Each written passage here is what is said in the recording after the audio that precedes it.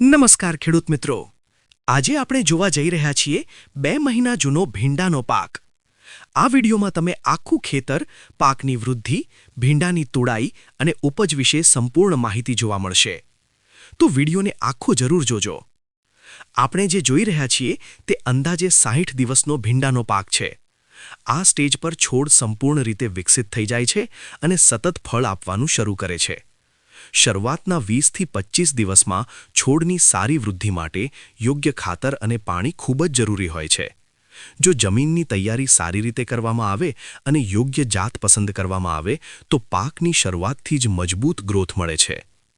ભીંડાના પાકમાં સમયસર સિંચાઈ રાખવી ખૂબ જરૂરી છે। ખાસ કરીને ગરમીના સમયમાં 4 થી 5 દિવસના અંતરે પાણી આપવું જોઈએ। વધારે પાણી કે ઓછું પાણી બંને પાકને નુકસાન પહોંચાડી શકે છે, એટલે સંતુલન જાળવવું ખૂબ જરૂરી છે। ખાતરની વાત કરીએ તો શરૂઆતમાં સારા જૈવિક ખાતર સાથે NPKનું યોગ્ય પ્રમાણ આપવાથી છોડ ઝડપથી વિકાસ કરે છે। આ સાથે માઇક્રોન્યુટ્રિયન્ટ્સ પણ આપવાથી પાંદડા લીલા અને તંદુરસ્ત રહે છે।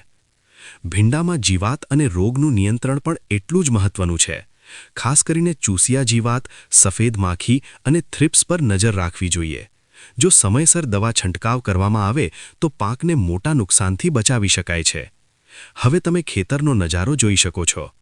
આખું ખેતર એક સરખું અને તંદુરસ્ત દેખાઈ રહ્યું છે। લાઇન ટુ લાઇન અને છોડ ટુ છોડનું અંતર યોગ્ય રાખવામાં આવ્યું છે, જેથી દરેક છોડને પૂરતો સૂર્યપ્રકાશ અને હવા મળે। આ રીતે પ્લાનિંગ સાથે ખેતી કરવામાં આવે તો ઉપજમાં નોંધપાત્ર વધારો થાય છે। ભીંડાની ખેતીમાં નિયમિત નિંદામણ એટલે કે વીડિંગ પણ ખૂબ જરૂરી છે। જમીનમાં ઘાસ વધી જાય તો તે ખાતર અને પાણીનો ભાગ લઈ લે છે, જે પાક માટે નુકસાનકારક છે। એટલે સમયાંતરે ખેતર સાફ રાખવું જોઈએ। હવે તમે જોઈ શકો છો ભીંડાની તોડાઈ। ભીંડાની તોડાઈ 2 થી 3 દિવસના અંતરે કરવી જોઈએ। જો ભીંડો વધારે મોટો થઈ જાય તો તે કઠણ થઈ જાય છે અને બજારમાં તેની કિંમત ઘટી જાય છે। અહીં તાજા, નરમ અને લીલા ભીંડા તોડવામાં આવી રહ્યા છે। આવા ભીંડાને બજારમાં ખૂબ સારી માંગ મળે છે અને ભાવ પણ સારો મળે છે। જેટલી નિયમિત તોડાઈ કરવામાં આવે તેટલો છોડ વધુ ફળ આપવાનું ચાલુ રાખે છે। ભીંડાનો પાક ઓછા સમયમાં તૈયાર થતો હોવાથી ખેડૂતો માટે ખૂબ ફાયદાકારક છે।